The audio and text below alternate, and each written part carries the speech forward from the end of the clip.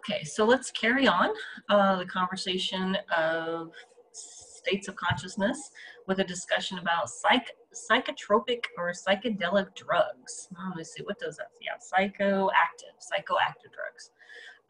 So I don't mean to I don't mean to promote or to discourage drug use, but what I do want to do here, and no doubt some of you know way more about this stuff than I, but I also am pretty certain that some of you know a whole lot less than what I'm going to present here. So what I attempt to do here is to give you enough information that if someone was to describe their symptoms or give you a name of a substance, you would have some clue as to what it does to your emotional or your psychological state. But again, my intention is not to advocate nor discourage, just to sort of offer some information.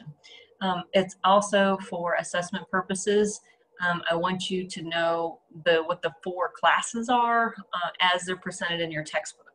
I will tell you that depending on which textbook you read and how deep you get into the weeds, not all books are not all researchers or academic perspectives are going to agree.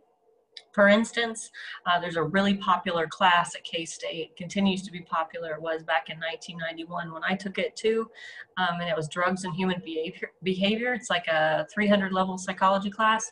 And in that textbook, it takes marijuana and it puts it in its own category, its own chapter. It does the same thing with nicotine.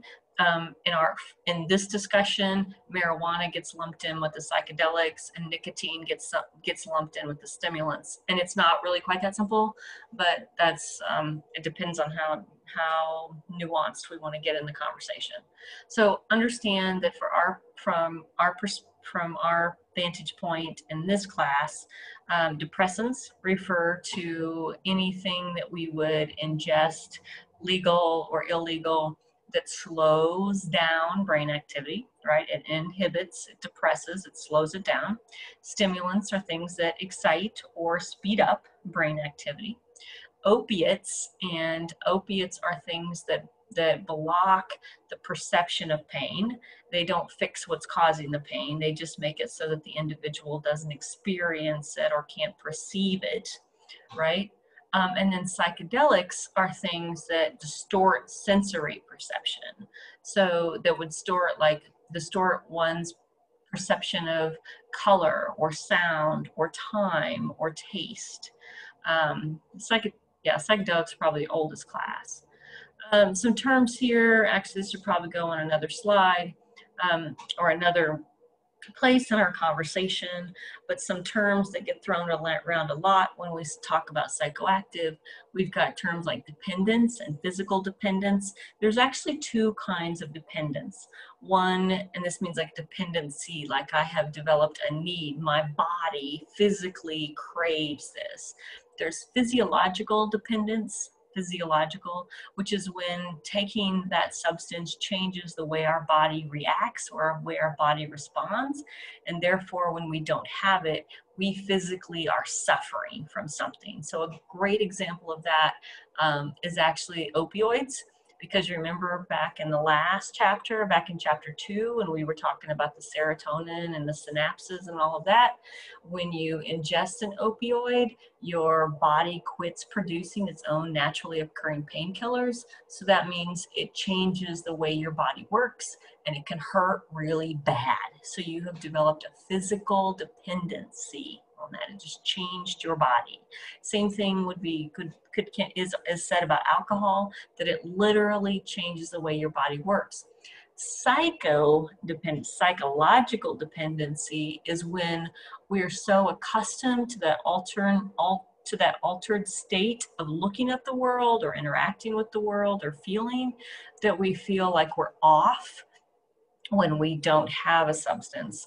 According to the reads, according to everything that I have read in preparation for all of this, there's very little evidence that suggests that marijuana is physiologically addictive, that its absence may make one feel off, but that's in our head, right? That's the way that we interact. Our body doesn't like change the way it works And in order for it to work right or normal, we need that. It does do things like affect your lungs and blah, blah, blah. It changes that, but not in the sense that it creates this sense of craving in our body. It may in our mind, but not in our body. Okay, so tolerance is a fancy term given to that your body has now adapted to a certain amount of something, and in order for you to feel the same effect, you need more. The best example of tolerance is certainly alcohol, right? When we first start drinking or we first try alcohol, it may take a teeny tiny bit before we feel kind of loopy, and eventually our body adjusts, right? See, because it's developing that physical dependence, our body adjusts. We become better at metabolizing the alcohol. And we don't feel as alternate. We don't feel as alternative. We don't feel as altered. And so we need more and more. And we develop a tolerance for it. Coffee, another example, right? 1 cup of coffee used to give you a buzz, and now you need 2 cups of coffee just to wake up. Caffeine is actually considered highly, highly addictive. Withdrawal symptoms, that's that physical craving, can literally make you sick. Speaking of caffeine, that's actually a really good example, because caffeine, a lot of people have caffeine addictions and they don't even realize it, that their body has changed, so that when they don't have it, they may get a headache, they may get nauseous. And you can also overdose. You can overdose on caffeine. Causes the caffeine jitters. Oops, I was thinking you can also get diarrhea from too much caffeine. Oops. Okay. The rebound effect is a phenomena where instead of the substance doing what you took it to do, it now causes the opposite effect. So caffeine is a really great example of that. Caffeine is supposed to sort of make us alert, right? But the rebound effect is that when we may have a crash if we have too much caffeine. Once that caffeine metabolizes out of our body, we may feel worse. That's the rebound effect. The best example I have of a rebound effect was I used to get these headaches every day at the same time. And I would take Excedrin, which is the headache medicine, right? Excedrin has aspirin and Tylenol and caffeine. And that's one of the reasons it works so well, is because the caffeine enables it to be metabolized more quickly. Well, caffeine is highly, highly addictive. And I was saying to my doctor, I said, I just get these headaches every day. And it used to be I could take 1 Excedrin and they would go away. Well, then noticed I was taking 2, right? Tolerance. I built up a tolerance to the 1. Now I needed 2. And she suggested that before I I did try a migraine medicine and that caused serotonin overdose, but that's another topic, that maybe I was having a rebound effect. And if I could go a few days, I think it was all I took was a week, go a few days at 3 o'clock when that headache came on, just to sit through it, maybe those headaches would go away. And sure enough, that's exactly what happened. I haven't taken Excedrin in, years now, because I was taking them every day. Well, I had developed a physical dependency to this caffeine and this medicine that when I didn't have it, I was having withdrawal symptoms and it was causing a rebound effect. Okay, so I quit taking that. But anyway, moving right along. So I think we've already talked about some of these, what drugs can do. And in this case, we're using drugs very, very broadly, prescription, non-prescription, things in our food, right? The increase or decrease neurotransmitters. They can sit in the neurotransmitter. This should sound just like the last chapter. They can sit in the neurotransmitter site and block the neurotransmitter from having an effect. They can take the place of a neurotransmitter and sort of act just like it.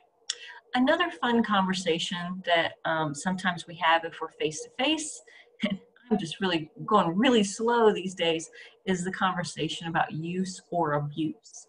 What is the difference between use or abuse? And then, sometimes the conversation will go and people will say, well, it's abuse if you use it every day.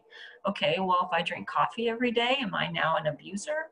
Or if you use it more than it's prescribed? Well, how is LSD prescribed? You know, does that mean if I use it once, I'm considered an abuser?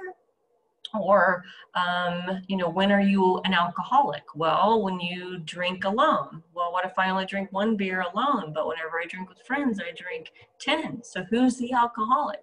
So it really raises, I think, some interesting sociological, right? Some interesting social and cultural questions about how do we define what's appropriate use versus abuse, and when is a drinker a drunk, and when is a marijuana smoker a stoner, right? And who gets to decide?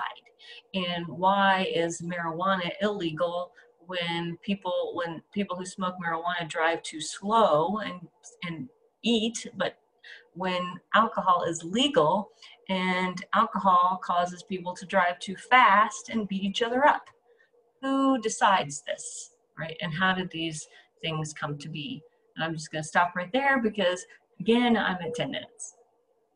Something to think about.